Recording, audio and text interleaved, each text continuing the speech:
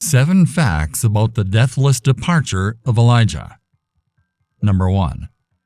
Elijah's deathless departure places him in the scarce category in the Bible. According to the Bible, only 2 people have been immediately ushered from this earth directly into the presence of God. The first was Enoch. Genesis chapter 5 verses 21 to 24. Now Enoch lived 65 years and fathered Methuselah. Then Enoch walked with God 300 years after he fathered Methuselah, and he fathered other sons and daughters. So all the days of Enoch were 365 years. Enoch walked with God, and he was not, for God took him. Enoch, the son of Jared, was carried away to God in a miraculous way. Number 2. Other people knew about Elijah's final day.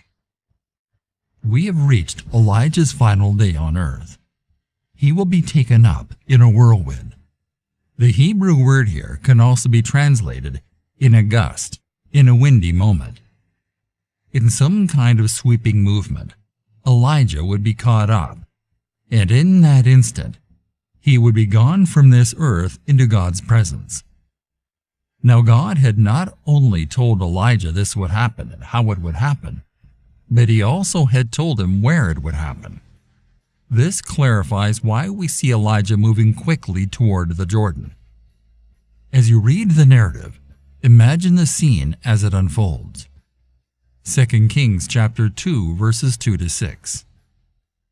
And Elijah said to Elisha, "Stay here, please, for the Lord has sent me as far as Bethel." But Elisha said, "As surely as the Lord lives, and as you yourself live, I will not leave you."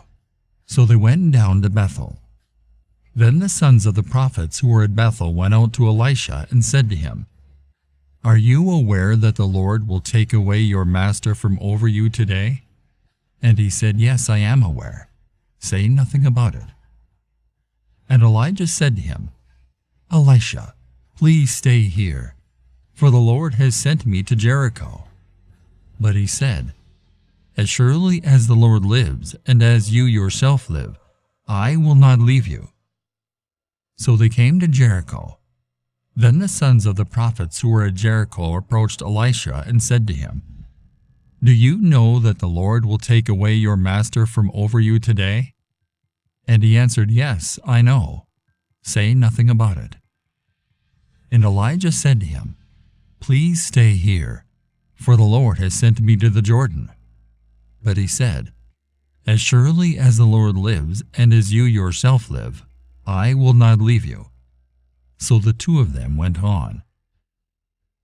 It seems that this was somewhat common knowledge. Elijah, Elisha, and the sons of the prophets each knew that Elijah would soon be carried into heaven by a whirlwind. Presumably, there was a prophecy announcing this that at least some knew. The sons of the prophets asked Elisha the same question in both Bethel and Jericho. "Do you know that the Lord will take away your master from over you today?" Number 3. He visited critical locations before his final day. Gilgal was the starting point. According to Joshua 4, Gilgal was the location of the children of Israel's camp after crossing the Jordan into Canaan. If you remember the biblical record, this was the point at which they were still safe and secure, just before they began their invasion into enemy territory. The next stop for Elijah was Bethel, a place of prayer. Bethel means God's house. It is where Abraham built an altar and continually met with his Lord. Genesis chapter 12 verse 8. Then he proceeded from there to the mountain on the east of Bethel, and pitched his tent with Bethel on the west and Ai on the east. And there he built an altar to the Lord, and called upon the name of the Lord. Finally, Elijah went to the Jordan, which was a place of death, both physical and spiritual. There, Elijah recalled the days when he had surrendered the strength of his own flesh and died to his own desires and plans.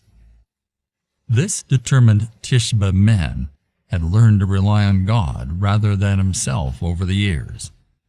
He had learned to walk in the Lord's strength, not his own. He'd learned to submit, wait, and obey. There is nothing natural about such self-denial. It is a learned virtue, encouraged by few and modeled by even fewer, particularly among those who have become known as Type A personalities. Number 4. Elijah tested Elisha numerous times. Elijah had been attempting to distance himself from Elisha since Gilgal. I don't think he was trying to get rid of Elisha, so much as he was putting his close companion, his future successor, to the test. Elisha, you might not want to accompany me to Gilgal, Bethel, or Jericho, and certainly not across the Jordan. But Elisha was unyielding. He remained by the side of the old prophet. In football, an idiom is used when a defensive backfielder tightly follows a wide receiver as he runs a pattern to catch the pass. We call a defensive back in his shirt if he stays on the receiver the entire time.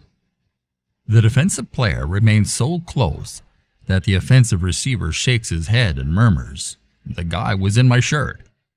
That is to say, he was glued to me. I couldn't get him to move. He was there from beginning to end. That's Elisha. 2 Kings chapter 2 verse 6. And Elijah said to him, "Please stay here, for the Lord has sent me to the Jordan." But he said, "As surely as the Lord lives and as you yourself live, I will not leave you." So the two of them went on. There was a sense that Elijah was testing the dedication of Elisha. This was due to the fact that it was known that Elijah would soon depart for heaven in an unusual manner. Elisha, therefore, wished to stay as close to his mentor as possible. In our lives, we all need some Elishas. They give us courage, and they are indeed rare breeds. We consider them close friends. It is their responsibility to be there for us, with us, and available to us, to listen, to help, to soften the blow of our critics, to pray with us, to stay in our corner, to offer us both encouragement and objectivity. The scene abruptly changed when the two men came to a halt at the Jordan. Number 5. He performed a great miracle on his final day. We now come to the miraculous event. 2 Kings chapter 2 verses 7 to 10. Now 50 men of the sons of the prophets went and stood opposite them at a distance, while the two of them stood by the Jordan. And Elijah took his coat, folded it, and struck the waters, and they were divided here and there, so that the two of them crossed over on dry ground. When they had crossed over, Elijah said to Elisha, "Ask me what I should do for you before I am taken from you." And Elisha said, "Please let a double portion of your spirit be upon me." He said, "You have asked a hard thing. Nevertheless, if you see me when I am taken from you, it shall be so for you. But if not, it shall not be so." This miracle is similar to the one that occurred centuries ago when God miraculously parted the Red Sea, allowing Moses and the children of Israel to walk across on dry land. The waters of the Jordan parted in this case, allowing Elijah and Elisha to cross the river on dry land. Then Elijah turns to his friend and asks, "What can I do for you before I go, before the Lord takes me from this earth?" Take note of Elisha's immediate request. This is a man who has big ideas and isn't afraid to share them. "Elijah, you've performed some amazing miracles in your life," he says, "but I'd like a double dose of your spirit so I can have twice the power." What an incredible request. Don't be afraid to ask God big things. "I want to give you a lot, you know," he says. "Request it." However, far too many Christians have a very limited mindset. We'd be wise to take a lesson in vision from Elijah's faithful companion. Even Elijah, with all the great things he's asked of God. Remember, this is the man who summoned fire from heaven, is surprised here. That's a difficult one, he admits to Elisha. However, if you see me when I'm taken from you, then whatever you ask for will be yours. It will not be if you do not. You can bet Elisha was determined at the time not to let Elijah out of his sight. But he didn't have much time to sit and watch. It happened without further ado. Number 6. He was taken by a chariot of fire. 2 Kings chapter 2 verse 11. And as they were walking along and talking, behold, a chariot of fire appeared with horses of fire, and they separated the two of them. Then Elijah went up by a whirlwind to heaven. The two close friends were just walking and talking together at the time. Elijah wasn't preaching or prophesying at that time. It must have been an incredible experience. According to the Bible, Elijah went up to heaven in a whirlwind after a chariot of fire and horses of fire appeared. Just like that, he was up to heaven in a whirlwind in an instant. When Elisha saw the chariots, he exclaimed in amazement and awe. His heart had to be pounding in his throat. His adrenaline must have skyrocketed. Then there's a whoosh. The whirlwind blew hard against Elijah's robe, hair, and beard, and he was gone. Amazing moment. Number 7. He passed his mantle to Elisha. 2 Kings chapter 2 verses 12 to 15. And Elisha was watching it, and he was crying out, my father, the chariot of Israel and its horsemen. And he did not see Elijah again.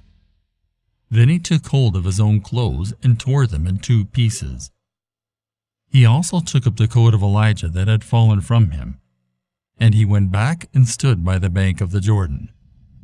Then he took the coat of Elijah that had fallen from him and struck the waters and said, where is the Lord, the God of Elijah?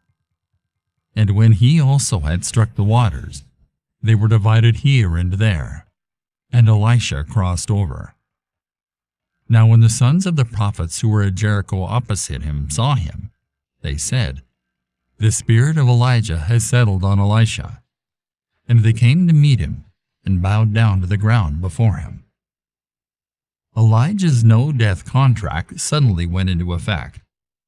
Elijah, the prophet of power, he's gone. Elisha, the prophet of double power, here, prepared, and about to be significantly used by his God. Nothing of God dies when a man or woman of God dies. We have a tendency to forget this. Elisha is a prime example. God always has a contingency plan. Consider this. He has had his men and women in every era to carry on his work throughout the ages.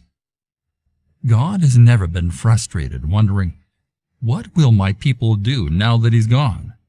Now that he's not with them anymore? Our Creator God is all-powerful, and he is never caught short on supplies. Elisha was taken aback and stunned for a brief moment, but this did not last long. He reached down and picked up the prophet's cloak, recalling Elijah's words. He crossed back over the Jordan, claiming the power that was now his, and began his prophetic ministry from that point forward. God's plan never faltered. Exit Elijah, enter Elisha. We can't help but wonder if Elisha didn't study that old mantle in the years to come, recalling those glorious days when his mentor and friend stood alone, representing God's presence and proclaiming God's message. The memory of the older Elijah, a man of heroism and humility, strengthened the younger Elisha, whom God destined to use even more powerfully.